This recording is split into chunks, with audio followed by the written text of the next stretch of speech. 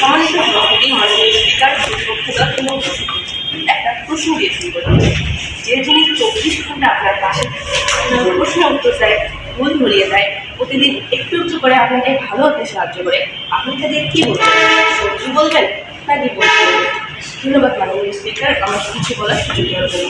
শুরুতে আমি পরিচয় দিয়ে দিচ্ছি নিজের। আমার নাম কুসুম আয়েশা সিদ্দিকা, আমি এসেছি কুড়িগ্রাম।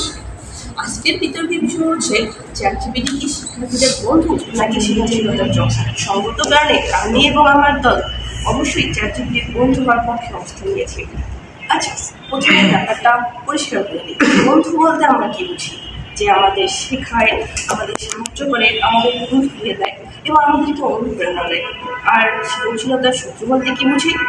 যে আমাদের চিন্তা শক্তি কমিয়ে দেয়, নিজস্ব ভাবনা ধ্বংস করে। আমাদের অবস্থান স্পষ্ট। চ্যাটজিপিটি শিক্ষার্থীদের শেখার গতি বাড়ায়, জ্ঞানকে সহজলভ্য করে এবং সৃজনশীলতাকে ধ্বংস না বরং বিকশিত করে। এর পক্ষে আমার যুক্তি দাঁড় করা ছিল। চ্যাটজিপিটি এমন একটা টুল যেখানে আমরা কোনো দ্বিধা ছাড়াই তাকে যে কোনো ধরনের প্রশ্ন করতে পারি। এক্ষেত্রে আমরা যখন অপর কাউকে কোনো প্রশ্ন করতে চাই, আমাদের মাথায় এটা অবশ্যই থাকে যে অপর ব্যক্তিটা আসলে কী ভাবছে। কিন্তু এই ক্ষেত্রে চ্যাটজিপিটিকে কোনো প্রশ্ন করার সময় আমাদেরকে এটা চিন্তা করতে হয় না, কারণ চ্যাটজিপিটি সবসময়ই রুচিশীল শিক্ষকের মতো আমাদেরকে সবসময় গাইডলাইন দিয়ে থাকে এবং আমাদের নির্দেশনা দিয়ে থাকে। দ্বিতীয় যুক্তি, সময় ও দক্ষতা বৃদ্ধি।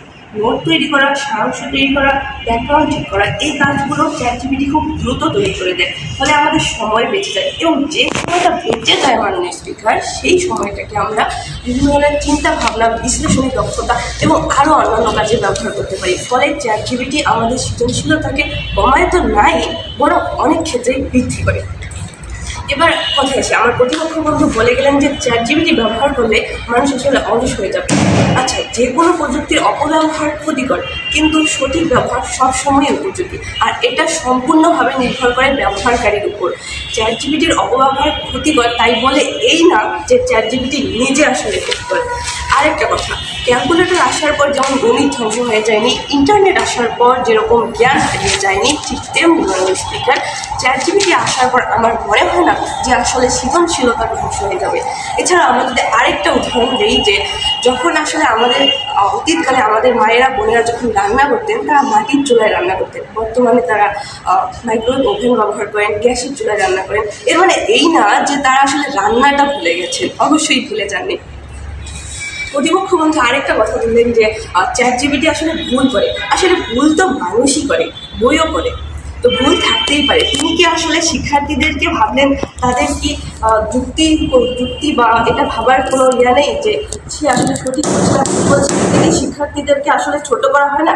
আমি এ ধরনের অমূলক প্রতিপক্ষ বন্ধু এই ধরনের অমূলক প্রশ্ন উঠেছে, আমি অবশ্যই প্রশ্নটাকে রিজেক্ট করছি, কেননা এটা এ ধরনের প্রশ্ন হতেই পারে না। অবশ্যই আমরা যুক্তি দেওয়ার চিন্তা করবো যে চ্যাটজিপিটি আসলে একটাই কথা, চ্যাটজিপিটি কোনো বিকল্প নয়, এটি সে অবশ্যই পিছিয়ে থাকে। ধন্যবাদ সবাইকে।